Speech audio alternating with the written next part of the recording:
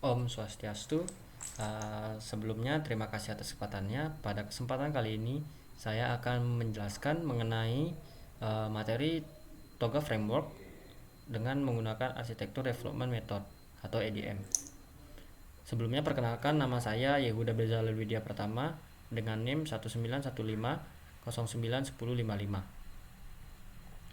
yang dimana pada kali ini terdapat dua submateri, yaitu TOGAF atau The Open Groups Architecture Framework, dan yang kedua ada materi mengenai Arsitektur Development Method atau ADM. Kita masuk ke materi yang pertama, yaitu TOGAF. Yang pertama adalah The Open Group Framework. Ini adalah suatu kerangka kerja arsitektur yang menyediakan berbagai metode dan tool-tool dalam mengembangkan data untuk membantu merancang arsitektur enterprise, yang dimana kerangka kerja TOGAF ini dipakai secara bebas untuk setiap organisasi atau perusahaan dalam proses pengembangan sebuah arsitektur enterprise untuk mengembangkan perusahaan atau organisasi tersebut. Kemudian yang kedua itu ada TOGAF mempersembahkan sebuah metode secara detail bagaimana mengelola, membangun, dan mengimplementasikan enterprise arsitektur dan sistem informasi atau disebut arsitektur development method, yang dimana TOGAF ini memiliki peran penting dalam proses pengembangan arsitektur yang mengharuskan pengembang teknologi informasi membangun sistem untuk kebutuhan suatu bisnis atau perusahaan. Kemudian di sini terdapat 4 jenis arsitektur, yang dimana pertama ada arsitektur bisnis, arsitektur data, arsitektur aplikasi, dan arsitektur teknologi. Untuk arsitektur bisnis, ini merupakan bagaimana proses bisnis dirancang untuk mencapai tujuan dari organisasi atau perusahaan tersebut. Kemudian ada arsitektur data. Arsitektur data ini menggambarkan bagaimana pengaksesan, pengelolaan, penyimpanan data dari organisasi atau suatu perusahaan tersebut. Kemudian arsitektur application atau aplikasi, yang dimana mendeskripsikan suatu aplikasi yang dibangun dan bagaimana interaksi antara aplikasi satu dengan yang lainnya. Kemudian arsitektur teknologi. Arsitektur teknologi ini menggambarkan suatu infrastruktur software dan hardware yang dapat mendukung aplikasi dan bagaimana interaksi dari keduanya. Kemudian di sini ada beberapa komponen dan struktur, yaitu yang pertama ada EDM. EDM ini merupakan bagian utama dari TOGAF, yang dimana EDM ini menyajikan secara rinci bagaimana memutuskan rancangan enterprise arsitektur secara spesifik yang bersumber pada kebutuhan bisnisnya. Kemudian ada foundation arsitektur. Foundation arsitektur merupakan sebuah framework within a framework, yang dimana di dalamnya juga tersedia seperti sketsa hubungan untuk mengumpulkan arsitektur yang relevan, juga untuk menyediakan petunjuk bagaimana saat terjadinya sebuah migrasi abstraksi level yang berbeda. Kemudian foundation arsitektur dikumpulkan melalui ADM, yang dimana terdapat beberapa bagian pada foundation arsitektur yang standar, yaitu seperti standard information, technical reference model, dan building block information base.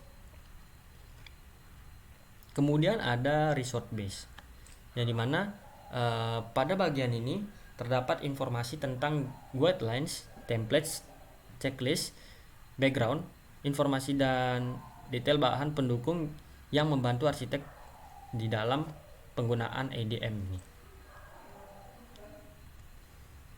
Kemudian arsitektur SI. Arsitektur SI ini merupakan suatu pedoman dasar dalam pengadaan sistem informasi suatu perusahaan atau organisasi yang bertugas di dalam komponen software atau aplikasi dan data.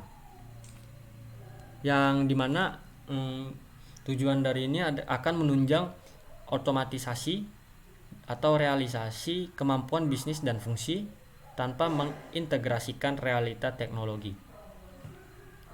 Kemudian ada arsitektur teknologi informasi, yaitu di mana suatu kerangka terpadu untuk memperoleh dan mengembangkan IT untuk mencapai tujuan yang strategis. Hal ini memiliki baik komponen logis maupun teknis, yang dimana komponen logis ini meliputi misi, kebutuhan fungsional dan informasi, konfigurasi sistem, dan arus informasi. Kemudian ada arsitektur SI dan TI dengan menggunakan TOGAF framework, yang dimana komponen pembangun sistem ini saling berkaitan antara arsitektur SI dan TI, yang dimana data-data yang diinputkan akan diproses melalui sistem yang sudah terintegrasi dan menghasilkan sebuah informasi.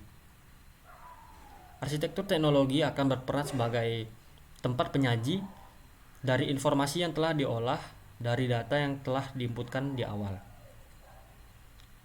Kemudian kita masuk ke submateri yang kedua, yaitu ADM atau Architecture Development Method.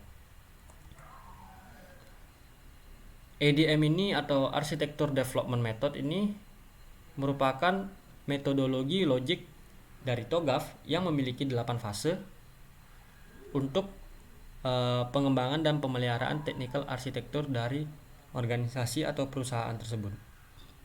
Urutan-urutannya seperti dapat kita lihat di gambar, yaitu arsitektur vision, business arsitektur, kemudian information system arsitektur, teknologi arsitektur, kemudian yang ke ada opportunities and solution, migration planning, kemudian implementation governance, kemudian dan terakhir ada arsitektur change management.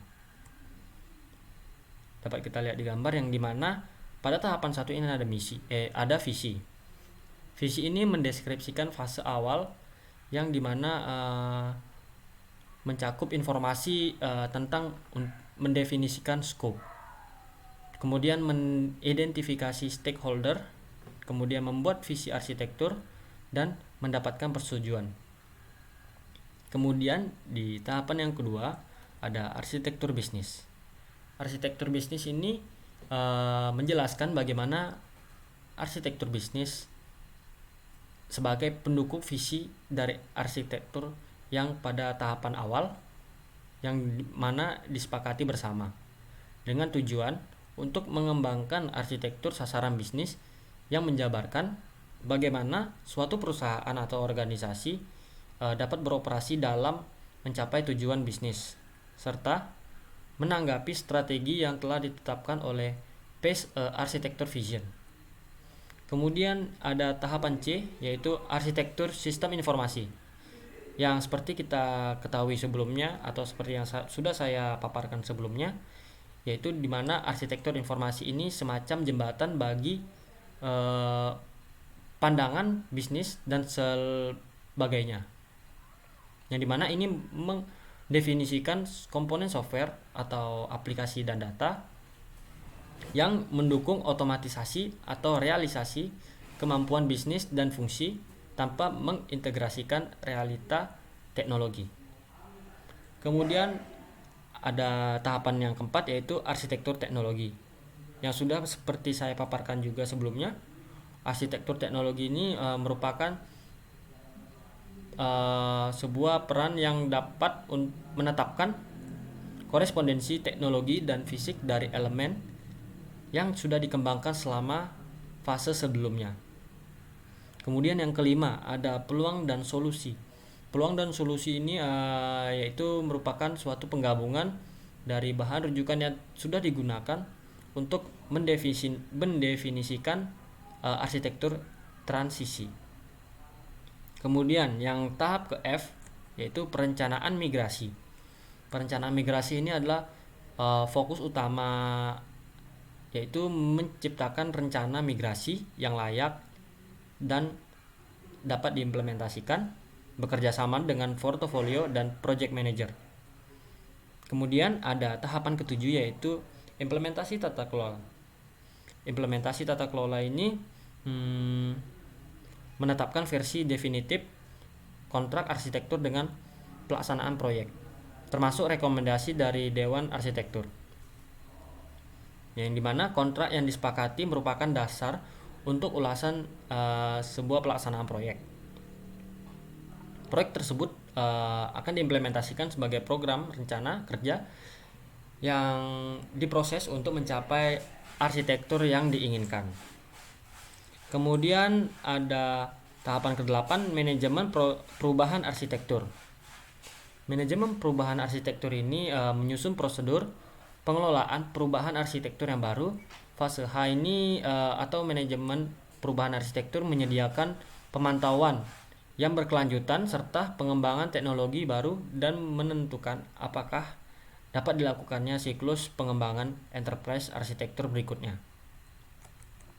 Kemudian ada kelebihan dan kekurangan dari TOGA framework ini, yaitu kelebihannya yang pertama, fokus dari TOGA framework ini yaitu pada siklus implementasi EDM dan proses. Dan terdapat juga banyak area teknis arsitektur, mempunyai 3 arsitektur yang terpisah juga. Kemudian ada resource base yang menyediakan banyak sekali material dan referensi. Kemudian ada kekurangan, yaitu di mana kekurangan dari TOGA framework ini adalah tidak terdapatnya template standar untuk seluruh domain seperti dalam membuat blok diagram. Tidak terdapat juga template yang baku. Dan yang terakhir ada kekurangan dari TOGA framework ini seperti tidak terdapatnya suatu artefak yang dapat digunakan kembali. Baiklah, sekian saja pemaparan materi mengenai TOGA framework yang saya bawakan dengan EDM. Saya minta maaf apabila ada kesalahan kata atau perbuatan. Akhir kata saya ucapkan Paramasanti. Om Santi Santi Santi Om.